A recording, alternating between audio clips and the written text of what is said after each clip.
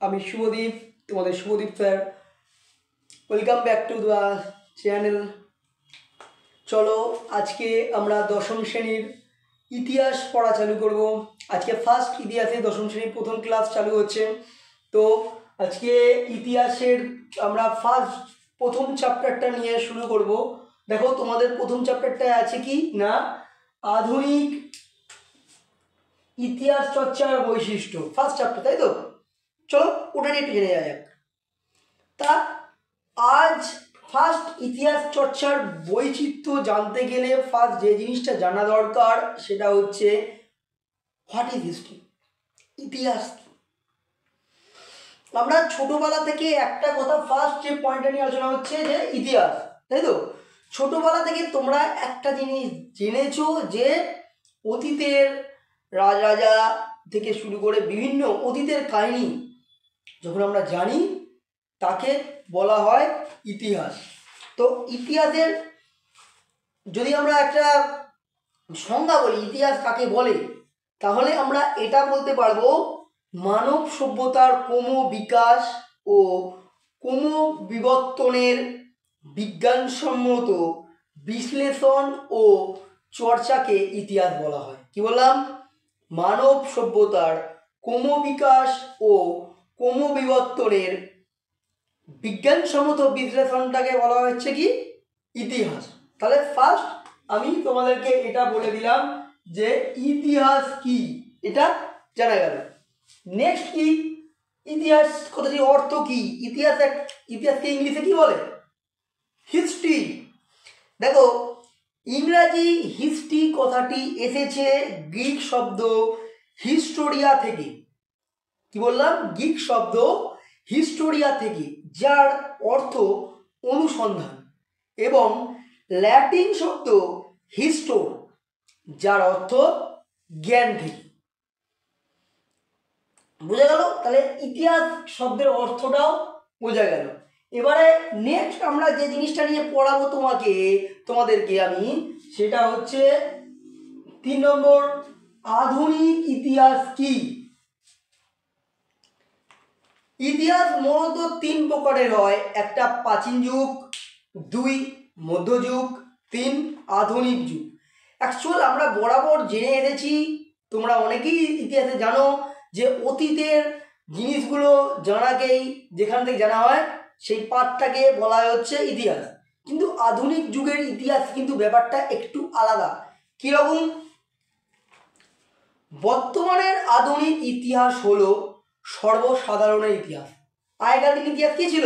খালি রাজারা জানতো, মানে রাজাদের কাহিনীটা আমরা জানতে পারতাম।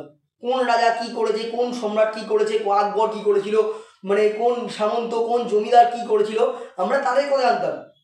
কিন্তু আধুনিক ইতিহাস হলো সর্বসাধারণের ইতিহাস। বলতে পারলাম? কারণ এটি কোনো নির্দিষ্ট স্থান বা নির্দিষ্ট গণ্ডির মধ্যে আধুনিক ইতিহাস সীমাবদ্ধ থাকে না। এবার যদি তোমাদেরকে পরীক্ষার সময় আসে যে আধুনিক ইতিহাস কাকে বলে, তাহলে কি বলবে? আধুনিক ইতিহাস হলো সেই ইতিহাস যেখানে সর্বসাধারণ মানুষের কথা বলা হয়, যেটি নির্দিষ্ট স্থান, নির্দিষ্ট কাল বা নির্দিষ্ট সময়ের মধ্যে সীমাবদ্ধ থাকে না। বুঝতে পারলাম? এবার নেক্সট হচ্ছে সামগ্রিক ইতিহাস। সামগ্রিক ইতিহাস ব্যাপারটা কি? দেখো প্রথম দিকে কিন্তু এই সামগ্রিক ইতিহাস ব্যাপারটা ছিল না। 19বিংশ শতক থেকে এই সামগ্রিক ইতিহাস ব্যাপারটা কিন্তু চলে আসে। আগে আমরা ওই প্রাচীন ইতিহাস, আগের দিনের জিনিস জানবো, আমরা বাবরকে জানবো, গৌতম বুদ্ধ জানবো, অশোক জানবো, ওগুলোই ইতিহাস ছিল।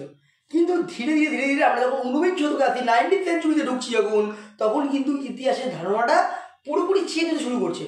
তা সামগ্রিক ইতিহাস বলতে কি বোঝো? সামগ্রিক ইতিহাস হলো সেই ইতিহাস যেখানে একটা মানব জীবনের সমস্ত কিছু নিয়ে আলোচনা করা হবে।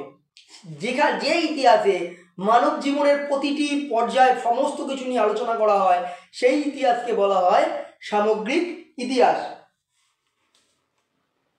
দেখো সেই ইতিহাসের ব্যাপারটাতে আমরা এবারে আস্তে আস্তে আসছি। সামগ্রিক ইতিহাসে অনেক কিছু ব্যাপার আছে, চলো তাহলে সংজ্ঞা বলতে বোঝাতে পারলাম যে যে ইতিহাসের মানব জীবনের সমস্ত বিষয় নিয়ে আলোচনা করা হয় সেই ইতিহাসকে বলা হয় সামগ্রিক ইতিহাস। তো সামগ্রিক ইতিহাস জানতে গেলে আরো 2-3টে জিনিস তোমাকে জানতে হবে। ফার্স্ট কি না, এক অ্যানালস পত্রিকা। দা অ্যানালস কি একটা পত্রিকা না, 1929 সালে অ্যানালস পত্রিকায় এই সমগ্র ইতিহাসটি আলোচনা করেছিলেন লুসিয়েন ফেভর। লুসিয়েন ফেভর বলে একজন ব্যক্তি, যিনি 1929 সালে এই সামগ্রিক ইতিহাস ব্যাপারটা নিয়ে আলোচনা করেন। এবং পরবর্তীকালে ঐতিহাসিক জিএম টেভেলিয়ান আধুনিক ইতিহাস চর্চাকে কি বলছে, আধুনিক ইতিহাস চর্চা হচ্ছে অন্যান্য বিদ্যার জননী, অন্যান্য যে কোনো বিদ্যার জননীকে আধুনিক ইতিহাস চর্চা। ব্যাপারটা দেখো, আধুনিক ইতিহাস আর সামগ্রিক ইতিহাস ব্যাপারটা কিন্তু অনেকটাই এক, বুঝতে পারলাম? তাহলে কে বলেছে যে আধুনিক ইতিহাসটা অন্যান্য বিদ্যার জননী? কে বললো না, ঐতিহাসিক জিএম টেভেলিয়ান। এটা কিন্তু মাল্টিপল বা 1 নম্বরের প্রশ্নে আসতে পারে। আর দ্য অ্যানালস এটাও কিন্তু এমসিকিউ বা এসিকিউ একটা ইম্পর্টেন্ট প্রশ্ন, নোট ডাউন করবে। এবারে নেক্সট যে বিষয়টা নিয়ে আলোচনা করব, সামগ্রিক ইতিহাস চর্চার বিষয়। একটু আগে বললাম যে সব বিষয় আলোচনা করা হয়, তাহলে কি বিষয়? সেটা প্রশ্ন আসতেই পারে তোমাদের মধ্যে, যে আপনি তো বললেন যে যে ইতিহাস চর্চার সমস্ত বিষয় নিয়ে আলোচনা করা, তার কি কি ইতিহাস, কি কি বিষয় পড়ছে, এটা জানতে গেলে চলো পটাপট আলোচনা করিয়ে দিই। ফার্স্ট, নতুন সামাজিক ইতিহাস, নতুন সমাজ। নেক্সট, নতুন সামাজিক ইতিহাস বলতে কি, আগেকার দিনে শুধুমাত্র রাজাদের ব্যাপারটা নিয়ে আলোচনা করতো। রাজারা কি খেত, রাজাদের সৈন্য সংখ্যা কত ছিল, রাজারা কি কি যুদ্ধ করেছে, তাদের অর্থনৈতিক পরিবেশ কীরকম ছিল রাজাদের। কিন্তু যারা জনসাধারণের অস্তিত্ব, তাদের কার্যকলাপ, সাধারণ মানুষ কি করছে, সেই বিষয়ে কিন্তু খুব একটা আমরা পেতাম না। এই আধুনিক নতুন সামাজিক ইতিহাসের মূল উদ্দেশ্য হলো সাধারণ মানুষের মর্যাদা, অস্তিত্ব এবং অবদানের বিশেষ গুরুত্ব দেওয়া। নর্মাল জেনারেল পাবলিক যাকে বলে, সাধারণ মানুষের অস্তিত্ব, তাদের মর্যাদাকে গুরুত্ব দেওয়া, এটাই ফার্স্ট সামাজিক ইতিহাসের মূল গুরুত্ব, মানে মূল লক্ষ্য আর কি। নেক্সট, খেলার ইতিহাস। কোন খেলা কখন উৎপত্তি লাভ করলো, কোন দেশ কি খেলা আগে এনেছে। আমরা জানি ক্রিকেট ইংল্যান্ড থেকে আসা, ফুটবল ইংল্যান্ড থেকে আসা। কি করে জানলাম? কেন না, আমরা জানতে পেরেছি খেলাধুলার ইতিহাস চর্চা থেকে। তাই খেলাধুলার ইতিহাসটা কিন্তু সামগ্রিক ইতিহাস চর্চার বিষয়। নেক্সট 3 নম্বর, খাদ্যাভ্যাস। কোন দেশ থেকে মানুষ কি কি খেতে শিখেছে, কোন দেশের কি খেতে জানতো। আলু আমরা কার থেকে খেতে শিখেছি, বা সামথিং অন্য জিনিসগুলো। কারা কেক পছন্দ করতো, এই যে খাবার, কোন দেশ কি, কোন দেশের মানুষ কি খেতে পছন্দ করে, তারা কি খায়, এই জিনিসটাও কিন্তু জানার জন্য একটা খাদ্যাভ্যাসের ইতিহাস চর্চার প্রয়োজন হয়, যেটা সামগ্রিক ইতিহাস চর্চার একটা বিষয়। 4 নম্বর, শিল্প চর্চা। শিল্প চর্চার মধ্যে কি পড়ছে, সঙ্গীত, নৃত্য, নাটক, এগুলো। কোনখানে কোন সঙ্গীত হতো, কোন দেশে প্রথম কি সঙ্গীত এসেছিল, এই যে ইতিহাস, অজানাকে জানবার, অচেনা জিনিসগুলো, অতীতে কোন সময় কোন গানে, কোন সময় কোন নাচের উৎপত্তি হয়েছিল, সেটা কিন্তু সেই শিল্পচর্চার ইতিহাসটাও কিন্তু আধুনিক সামগ্রিক ইতিহাস চর্চার একটা গুরুত্বপূর্ণ বিষয়। নেক্সট কি আছে, পোশাক পরিচ্ছদের ইতিহাস। আগে সৃষ্টির প্রথম দিকে আমরা জানি মানুষ পোশাক হিসাবে গাছপালার ছালকে, পাতাকে ব্যবহার করতো, পরবর্তীকালে ডেভেলপ করে। এরপরে বিভিন্ন দেশে, বিভিন্ন কান্ট্রিতে কোন দেশের মানুষ কি পোশাক ইউজ করছে, কোন পোশাকটা আগে ছিল, কোন পোশাকটা পরে এলো, এই ইতিহাসটাও কিন্তু পোশাক পরিচ্ছদের ইতিহাস বলা হয় এটাকে। এইটাও কিন্তু সামগ্রিক ইতিহাস চর্চার একটা গুরুত্বপূর্ণ বিষয়। নেক্সট, যানবাহনের ইতিহাস। দেখো, আগে যে আমরা ইতিহাসটা পড়তাম, সেই ইতিহাসে কিন্তু এই যানবাহন, কবে কোন যানবাহন তৈরি হয়েছে, কি ছিল, এইগুলো কিন্তু আমরা জানতাম না। আধুনিক ইতিহাস যখন চর্চা করছি, তখন কিন্তু এই যানবাহনের ইতিহাসটা চলে আসছে।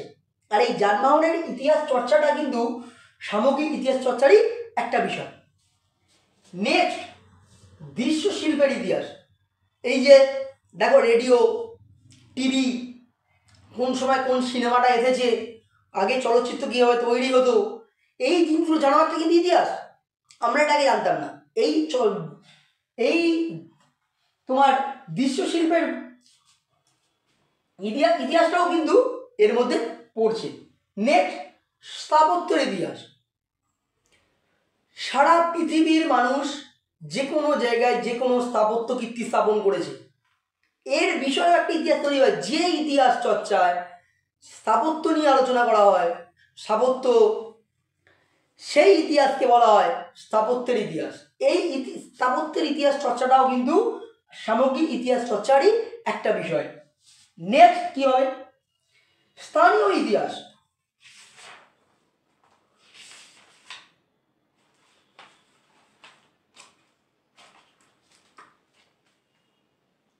আর কি? সামরিক ইতিহাস। কোন সময় কোন সামরিক বাহিনী তৈরি হয়েছিল, কোন যুদ্ধাস্ত্র তো হতো, এটাও কিন্তু ইতিহাসের মধ্যে পড়ে। আমরা কিন্তু আগে জানতাম না। আধুনিক ইতিহাস চর্চা যখন আমরা করছি, তখনই কিন্তু আধুনিক ইতিহাস চর্চার সঙ্গে একটা গুরুত্বপূর্ণ জিনিস যোগ হচ্ছে সামরিক ইতিহাস চর্চা। তারপরে পরিবেশ। আচ্ছা বলো তো, আগে যখন তোমরা ইতিহাস পড়েছো, পরিবেশের ইতিহাস সম্পর্কে কতটুকু তোমরা জানতে না তো? যখনই তোমরা সামগ্রিক ইতিহাস চর্চা করছো, সামগ্রিক ইতিহাস চর্চা করতে গেলে কিন্তু আমাকে আগে পরিবেশের ইতিহাস সম্বন্ধে জানতে হবে। এবারে কোন সময় কে কীভাবে পরিবেশকে রক্ষা করেছিল, তার জন্য কারা পান দিয়েছিল, কারা কীভাবে পরিবেশকে গাছ লাগাও পান বাঁচাও, আমরা জানি গাছ কাটতে বারণ করেছিল। এই in details or in nature and environmental, পরিবেশের পুরো বৈচিত্র্যটা আমরা কিন্তু পরিবেশ ইতিহাস থেকে জানতে পারি। নেক্সট কী হবে? চিকিৎসাবিদ্যা ও চিকিৎসাবিদ্যার ইতিহাস ও নারীর ইতিহাস। একটা সময় জানো, যখন প্রাচীনকালে মানুষ ভারতে চিকিৎসা কীরকম ছিল, প্রাচীন ভারতে আস্তে আস্তে করে কীভাবে ডেভেলপড হলো, তার তো একটা ইতিহাস আছে।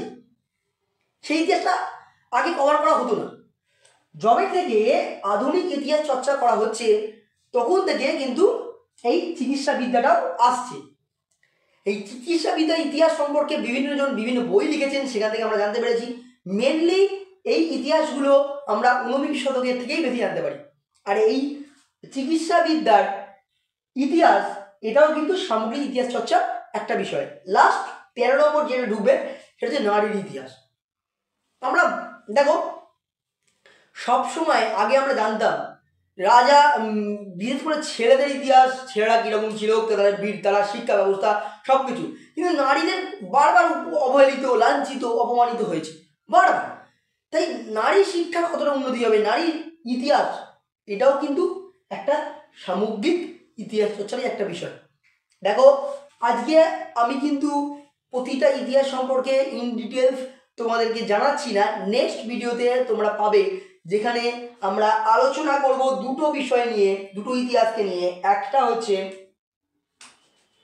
নতুন সামাজিক ইতিহাস, আর একটা হচ্ছে আমার নেক্সট ক্লাস যারা করবে তারা এই দুটো সম্পর্কে জানতে পারবে ইন ডিটেলস। কেমন ছিল, এদের বৈশিষ্ট্য কীরকম, এদের সুবিধা কী, গুরুত্ব কী, খেলার ইতিহাসটাই বা কী ছিল, আমি পুরোপুরি আলোচনা করবো। আজ আধুনিক ইতিহাস চর্চার বৈচিত্র্য ফার্স্ট চ্যাপ্টারটার আমি জাস্ট ইন্ট্রোডাকশান দিলাম।